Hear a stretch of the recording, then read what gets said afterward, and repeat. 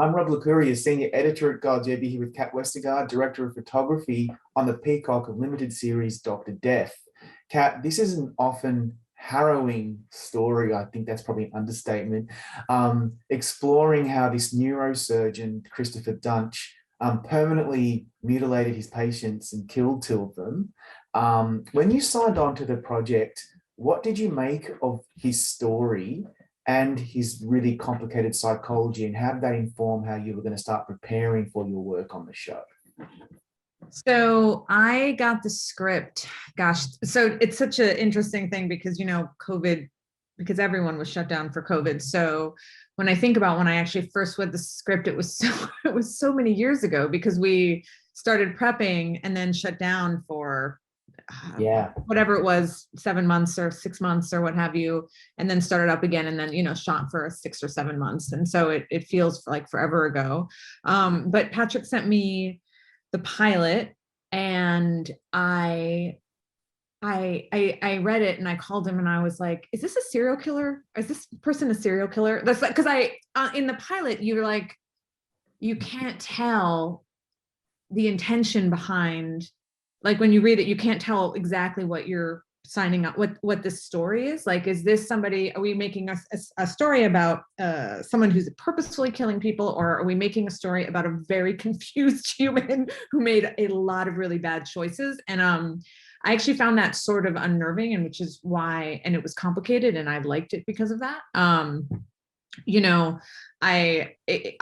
It actually just made me want to read the rest of the scripts to sort of understand. Like, for me, I always want to know intention, especially like when I'm working with a director and we're trying to figure out like what story we're trying to tell. I'm like, what is the intention behind this, and what do we want the audience to take away from this? And when I read it, I was like, I have no idea what this person is doing or why they're doing this. And it was just very interesting to sort of think about how to explore that, and also frustrating, because even after reading all of them, I still, and part of this is Josh, because he played it so excellently, like you still don't really understand how, why Yeah, I know. Like, I think that is what is so unsettling about this series. Like, I recently mentioned to Joshua, who plays Duntsch, there's something so unsettling about his portrayal, because he gave us these uncomfortable glimpses into a man that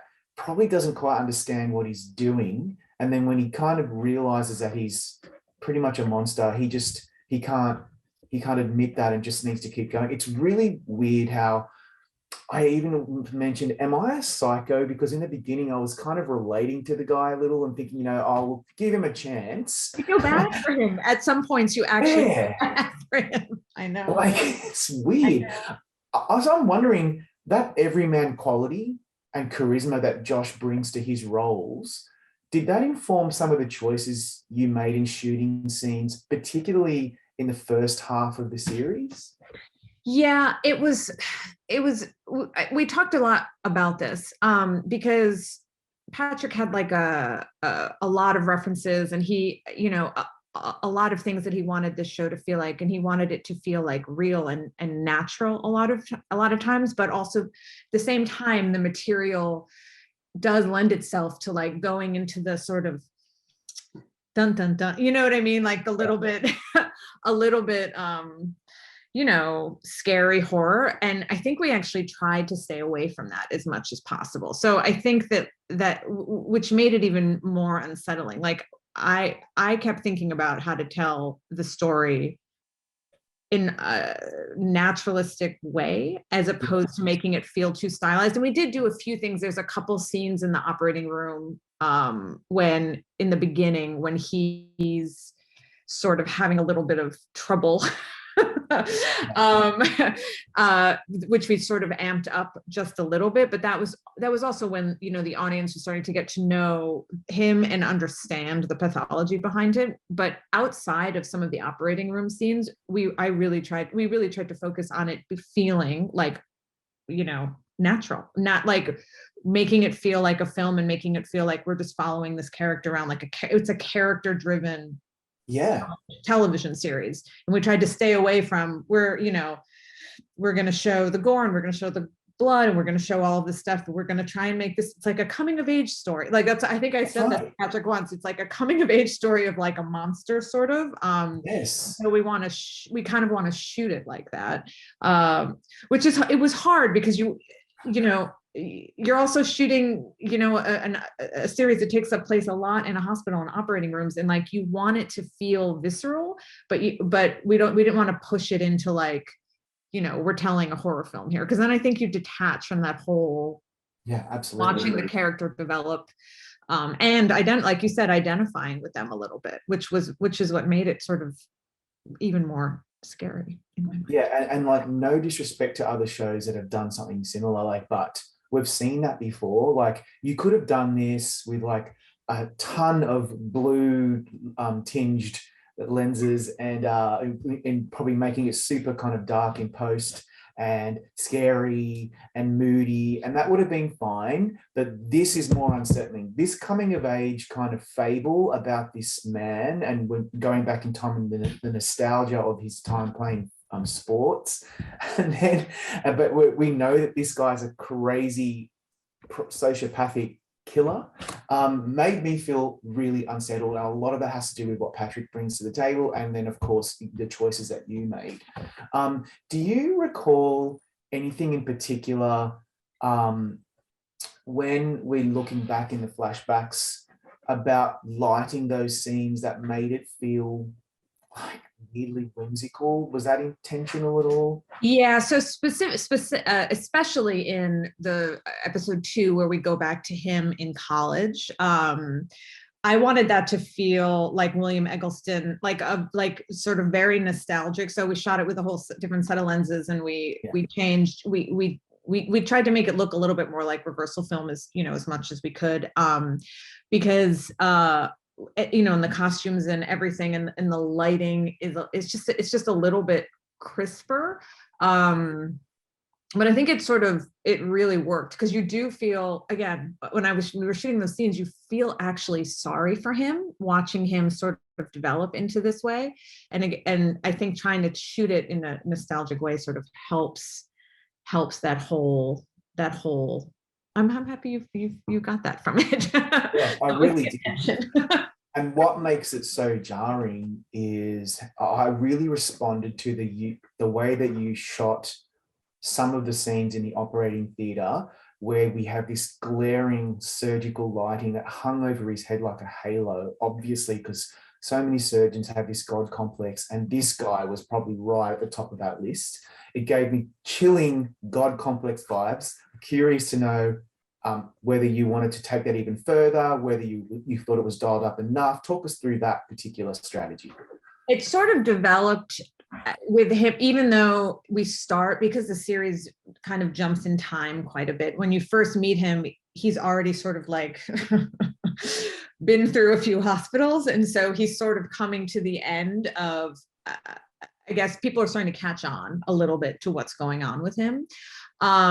So in my mind at that point, the lighting in those first few episodes in the operating rooms is kind of harsh. And there is like the big, you know, operating light, but it's much more pointed and harsh, for lack of a better word. And then as you get into the later episodes where we're actually looking back at his early time as a surgeon, where he was incredibly confident and like sort of like everyone wanted to work with him. There's big white operating rooms, and there's a lot of very soft flare, and it becomes a much not gentler, but it just feels a lot more welcoming, and he's sort of like at the top of his game, and I wanted the lighting to sort of expose that. And yeah, so it was definitely, there was a trajectory, but it's presented backwards in imagery, because you see first he's like on his way down almost, and then by the time I think you get to episode 6, he's at Baylor, and he's like the golden boy, basically the golden boy, and we wanted it to feel like that. And it was. I mean, that's the beauty of what a DP brings to the table, because when we often think about cinematographers and we think back at some great work, beautiful landscapes, and then that's all stuff that I just eat up like a fat kid in a candy store. But when a DP can do something so nuanced like that you may not notice at first, but those of us who are watching it, thinking about this stuff, can immediately see what you're trying to achieve here, and it really, really pushes a narrative forward in subliminal ways. Do you relish that opportunity to do stuff that is really creative, that maybe not be completely noticeable at first, but is really serving the story? That's what I love about shooting. I mean, of course, shooting amazing landscapes is always lovely, but being able to really kind of try and tell the story with light as well as all the other things that are going on is the most interesting thing for me. Sometimes it's more, what was challenging about this is that because this is it's a hospital show, we're in a hospital, we're in multiple hospitals for a large portion of the series. And Patrick and I and the directors were like, how do we make these places feel real, but also feel different and sort of reflect what's going on with him? And that's more challenging than it seems. And Matt Munn, our production designer, did a great job of sort of finding ways that we could sort of build on that and then build on that again with lighting. Because essentially, like a hospital room, an operating room in a hospital room, over 8 episodes can feel like the same thing, but so much happens to the character over those 8 episodes, and he changes so much. And then our understanding of what he's done changes so much that we needed to find a way to kind of show that visually. And even though we are still shooting in like the constraints of that one room, like how do you actually do that without it feeling like, fake? Matt Munn, the production designer, did a great job where all of those spaces feel like they could exist in the world. Yeah. What do you most value and appreciate about what Patrick McManus, the showrunner creator, brought to the table on this production, and how he was able to collaborate with you as the DP? My goodness. Well, Patrick is really, really great to work with for many reasons, but primarily that he's incredibly collaborative. He hires people because, I think he just, for whatever reason, he sees work that he really likes and he likes the person, and then he sort of like gives it to you in a way that is really wonderful. And I don't think happens that much in television. I think it's hard sometimes because there's multiple directors, many times multiple DPs, many producers, all this stuff. But Patrick was really like, these are my ideas, these are like my big picture ideas. And he gave us, me specifically, ideas of what he sort of wanted this to feel like and look like. And then he basically was like, go, you know what I mean? Like, just like, go. And, there was obviously a conversation with the director, Maggie Kiley, who did the pilot as well, and a lot of pictures and visuals and back and forth, but he's very, very supportive. And if you have an idea that you want to run with, even if it's sort of outside the box, he's like very, very interested in like, at least like giving you a full cycle to pitch it. You know what I mean? And kind of allowing people just sort of be creative and like work together and collaborate. Even in COVID, I mean, we were shooting this in the middle of COVID where we weren't allowed in the same room most of the time. So a lot of this was happening over Zooms. I think he just hires people that he thinks are interesting and then just really trusts them, which is just lovely. Really. Yeah, it is. I wondered actually, maybe this is completely irrelevant, but he had an all-female directing team, female DP, on a show about this very unusual and kind of ghastly man. Does that make any difference at all on a project like this, or was that just pure coincidence? I mean, it's hard to say. Maybe it was pure coincidence. I know that I don't want to speak for Patrick, but I know he, likes working with female directors, and I